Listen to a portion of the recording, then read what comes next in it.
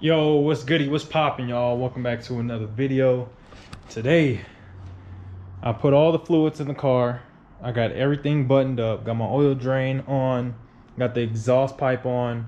Got everything on the car so that way we'll be able to start this car. I want to kind of knock that out, you know, off camera, get it all done right so that way I'm not recording and mess something up. The only thing we have to do is install the fuel cell back. And then we have all our fluids in our diff too as well, so we don't have to worry about that. We do have to take this car to Keith's here in a couple days. Keith's gonna give it a wheel alignment, make sure all the wheels are going straight and they're all planted flat as much as possible, so that way we have as much tire on the ground as possible. And then we have to take it to Josh. He's gonna weld in our crossbar for our diff. It's back here in the back seat, so he's gonna weld this bar in to the diff. I did do some kind of modifications to the diff because it still wasn't clearing, so I cut a hole in here. What I'm going to do is I'm gonna buy the PFI I mean not the PFI, the S1 built little box that goes right there. We're gonna chop all that out, and then there's a box that needs to be welded in there. I'm just gonna do that, and then we're also gonna do the spacers. I said I wasn't gonna do the spacers. I was gonna have Josh do something, but I'm just gonna do the spacers and just knock that out. Got the fuel pump all wired in, as you can see right there. That's all wired up. I got it hardwired to the battery, like it's like a hard line going to the battery off a relay. And then we have the existing wire from the regular pump running into the relay. So that should be perfect. We did get like I said, get a shatter transmission shatter shield. I got to figure out how to install that thing. I don't know how to install that thing, so we're gonna figure that out. But right now, let's get the fuel cell in the car. I'm not gonna bolt it in yet because I want to vacuum out that trunk, and let's see if this thing fires up. I was trying to bleed as much air out of it as possible. Let's see if we can get any more air. Oh, we got a couple bubbles. There we go. So I was trying to get as much air out of it as possible, but I feel like that's it. So once we fire her up, this should go down some or come back up, who knows. But yeah, let's get the fuel cell in. Let's get the E85 in the fuel cell, and let's see if we can get our first key start of the day.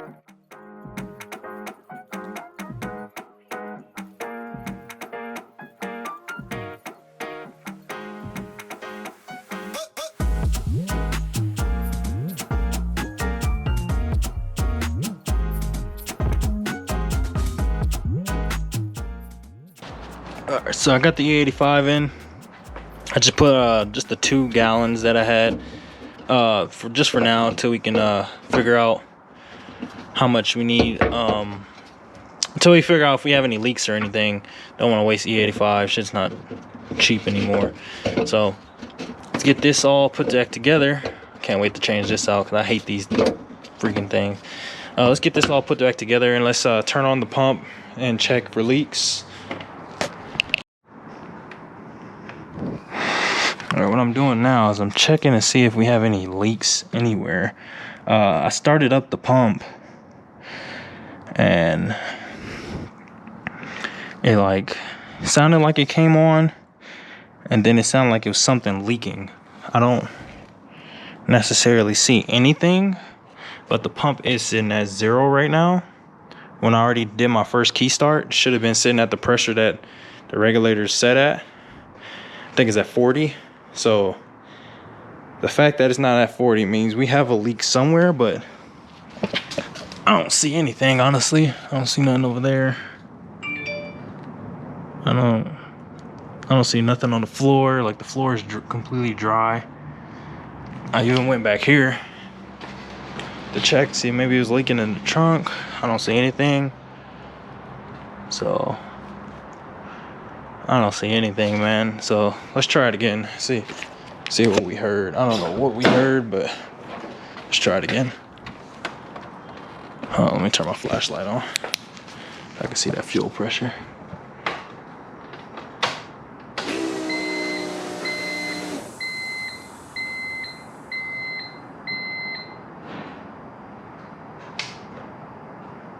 I hear like the fuel pressure didn't go up. So is it even fuel even coming through?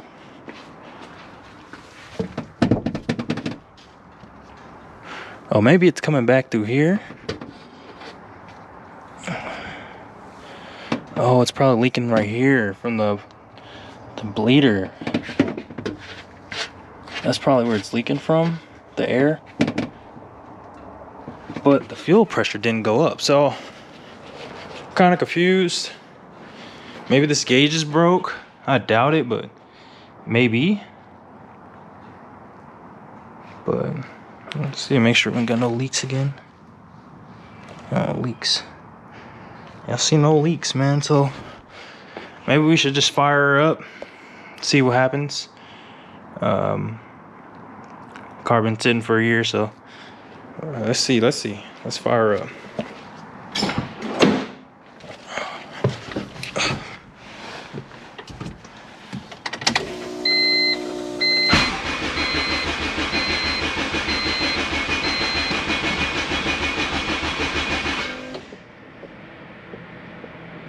So we might not be getting fuel.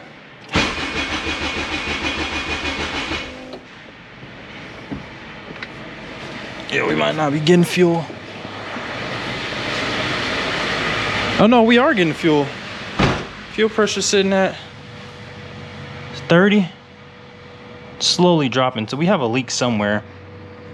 I smell fuel up here, but yeah, it's slowly dropping.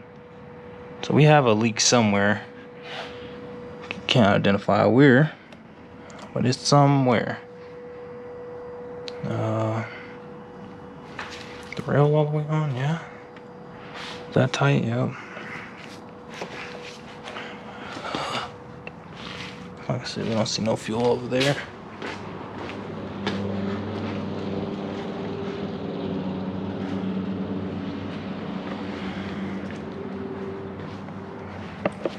Lost for words, man. I don't know. Let's try it again.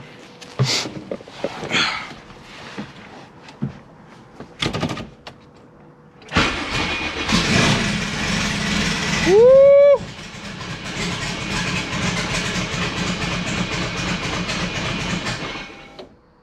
Oh, what happened?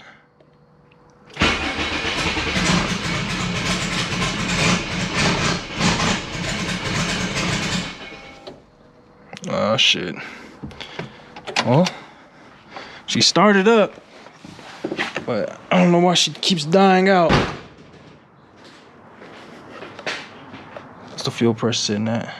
We're at 20, but it keeps dropping, so I think the fuel pressure might be just dropping too low. I don't know where the fuck a leak can be. I smell fuel up here though, so I'll just look at everything, make sure everything's secured down. But she started up.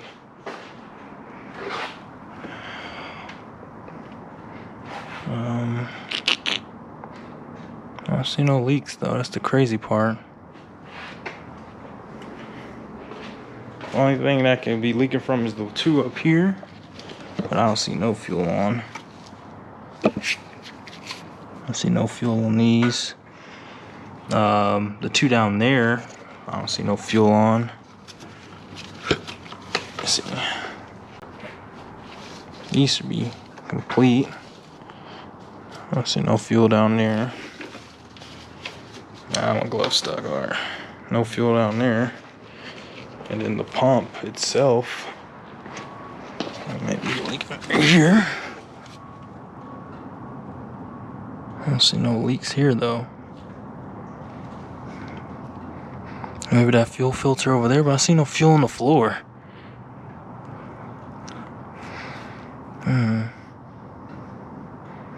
The pump is pointed the right way. The fuel filters are pointed the right way. It's weird. I know that fuel pump has like a I forgot what it's called. The thing that helps the fuel stop and not come back. I know it has one of those in it, because now it's just sitting at, what is it sitting at? Like 3 maybe, and 9 PSI. So I don't know, man. We try to give it a start again, but it sounds pretty terrible too. Sounds like it's struggling. So Maybe it's choking up. So, or maybe everything's not plugged in right.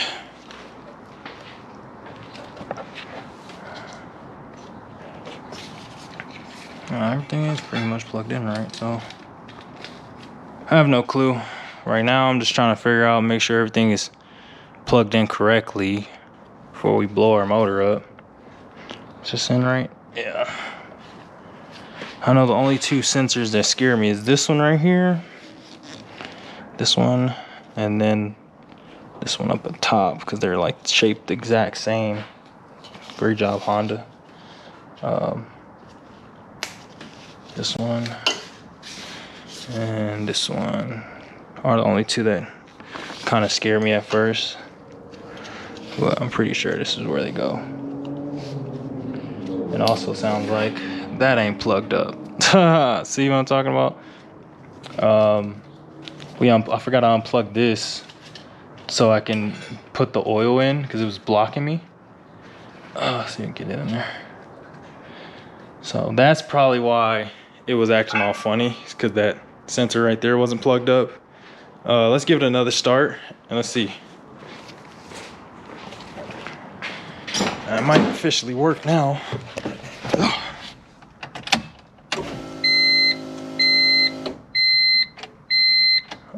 Oh, put the clutch in.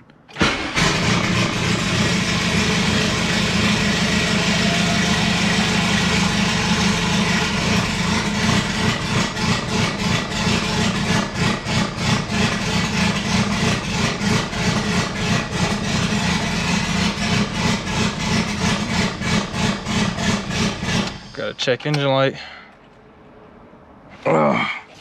Maybe one of the plugs is plugged in wrong. We just gotta check engine light. Bitch sound like it's fucking cammed hard as fuck. I'm assuming maybe one of these are plugged in wrong, but that fixed it. It's running now. Just gotta check engine light. I'm just gonna try to figure out if these are wrong. I wanna Google it and see if these are in right, because I don't really know. Make sure all these are plugged in right. And make sure this bad boy gets pulled out. Okay. Just making sure everything's plugged in right. Make sure nothing's left out, because I already messed up and left the plug unplugged already. So is this plugged up? Yeah, that's plugged up. That's plugged up.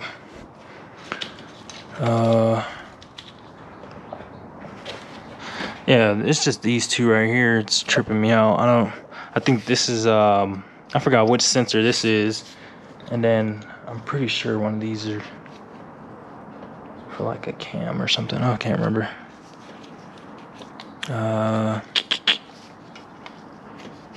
There we go. Put that like that. Alright. That goes there. I don't even know if this can reach. That's why I kind of put it up there, because I don't think it can reach down there, to be honest with you. Can it reach down here? No, it can. Okay, so maybe I had these plugged in wrong. That's probably why it's chopping like a damn Camaro. Let me Google this real quick to see which one of these plugs go where, and then we'll give it another stab.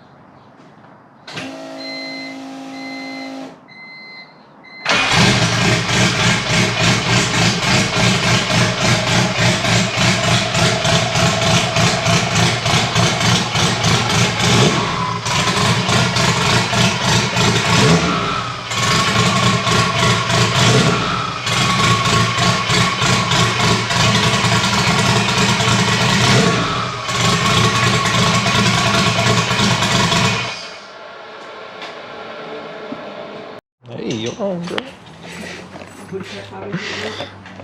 So we got the car fired up. Her butt crack was all out. Got the car fired up. I need to bolt down this fuel cell with those. Oh wait, where's the? Can you check my passenger seat? There should be a little brown bag from True Value. So I gotta bolt down this. Still need to bleed the brakes. Forgot all about that. We're not gonna do that. We're just gonna take it to them. We're gonna use the e-brake as a brake for now, because you know that squeezes the rear brakes. We'll just use that. It fired up, as you can see. It's just running really rich, so we have to lower the fuel pressure to like 50. I really don't think that these AEM pumps come with the check valve, so I might have to buy a check valve and install that as well, because that's bothering me. The fuel pressure just drops slowly, so I think there's no check valve. So we're gonna close up shop until tomorrow, where we can come and bring the trailer and pick the car up. Probably drive it out for the first time after a year and some change. Got washers and stuff to install this, so wait till tomorrow. What's good, y'all? Welcome back. We got the trailer hooked up. So today we're supposed to be picking up the Honda. If I can get the fuel problem all situated. Well, we don't have a fuel problem. I just got to turn down the fuel pressure. We can turn down the fuel pressure and it's not running as rich as it was yesterday. It should be good. Right now, I'm gonna try to load it up. Like I said, we're gonna take it over to Keith's in the morning. Keith's gonna hook us up and get the alignment all knocked out. The only thing we really need is for the tires to be straight.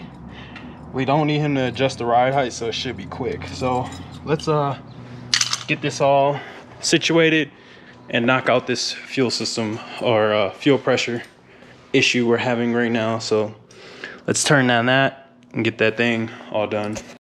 All right, so what we're doing is we're loosening this nut right here, so we can turn this bad boy left or right, whatever way lowers the fuel pressure. Right now it was sitting at like 60 psi. We want it to be at like at least 50 to like 45 range.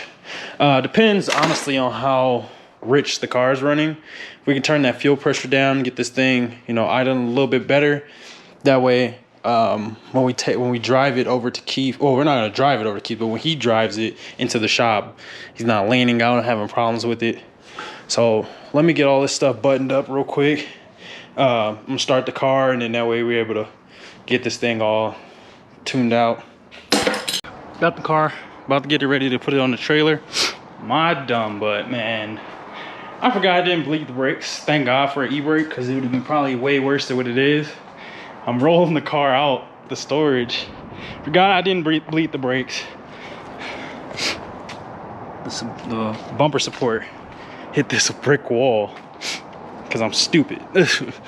So thank God for that bumper support, because it probably would have just crashed all this, man. All this would have been done if it hit that brick wall, because I rolled back. Like, even the e-brake was like somewhat there, but it wasn't 100% there, to the point where I pulled in and stopped. It kept rolling even when I pulled the e-brake, but it rolled slowly and hit the wall. Thank God, because I'd have been pissed. But right now we're trying to get this thing onto the trailer. That way we can get it all over to Keith. Everything looks good, man. Like, look how it looks, man. Woohoo! Only thing I might have to have him do is raise the front up some more, because when I turned, it was rubbing somewhere. I haven't checked to see where it was rubbing at, but it was rubbing somewhere. So I might just have him lift the front. I didn't want him to lift the front, but I'll have him lift the front up a little bit, so that way the tire's clear. But let's get this thing onto the trailer, man.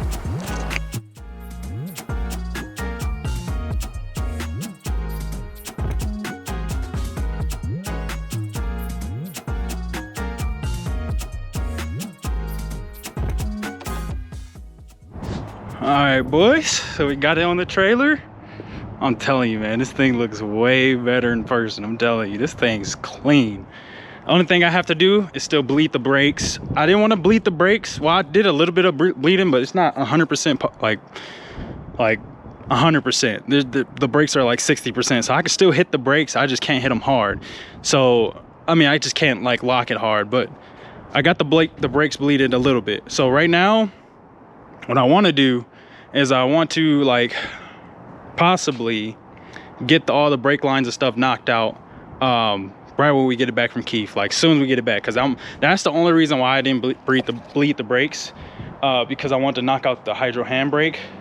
But since we're gonna be like waiting and all that stuff for streetcar takeover, I'm gonna get all that knocked out as soon as I get the car back from not Keith, back from Josh. Once we get the car back from Josh, I'm knocking those brakes out instantly. Like kind of was sketchy trying to get it on the trailer without like 100% brakes, but like I said, I got the e-brake and then I also have like some brakes. So let's get this trash from over in the storage, throw that in the back, strap down my hood because it looks like it's gonna rain. So I'm still gonna install my hood on the car. What I'm gonna do is I'm gonna take off my exhaust pipe and then put the hood on, bungee it down. That way no rain's gonna get in here at all overnight, because this car does have to sit at my house overnight. So I don't want no water getting in here, don't want to ruin my wrap and stuff like that. So what I'm gonna do, like I said, I'm gonna put the hood on. I still have to cut the hole for the hood. I'm not 100% like confident in doing that because it's a carbon fiber hood, and if I mess it up, so I'm gonna call one of my boys to see if he can help me out with that. He cuts hoods all the time. We'll see if he can possibly try to Dremel a teardrop into my hood and help me out, because I don't feel confident myself doing that. So let's get this thing over to the house. No, we gotta take it to base. Let's take this thing over to base and get this thing ready to be a race car. Look at that. Woo, big shout out to S1 Built, man. Look at that. Axles and all, man. Big shout out to them for real. So let's get this thing off, get this positive camber out. But I'm talking too much, so let me throw this trash in here. We can head on the road. So we got the Honda on the road. Let's take this thing to base, and then tomorrow we'll take it over to Keith's. So I got it to base. Only downfall is the reason my hood is sticking up so high right here. I don't know if you can see in there, but if you look in there, my hoses to my catch can is blocking the hood from closing all the way. So that means that we might have to make new hoses for that, which isn't a big deal. I can get that done, but I really want that hood on the car. Just look at it. Looks too clean with the hood on it. So hopefully we get the hood on one of these days with a hood exit. But man, look at that car, bro. Hey, but just want to show y'all the journey of bringing it over here. I'm gonna make another video for after Keith dials it in, we take it over to Josh. So y'all stay tuned. I'll catch y'all in the next video. Peace.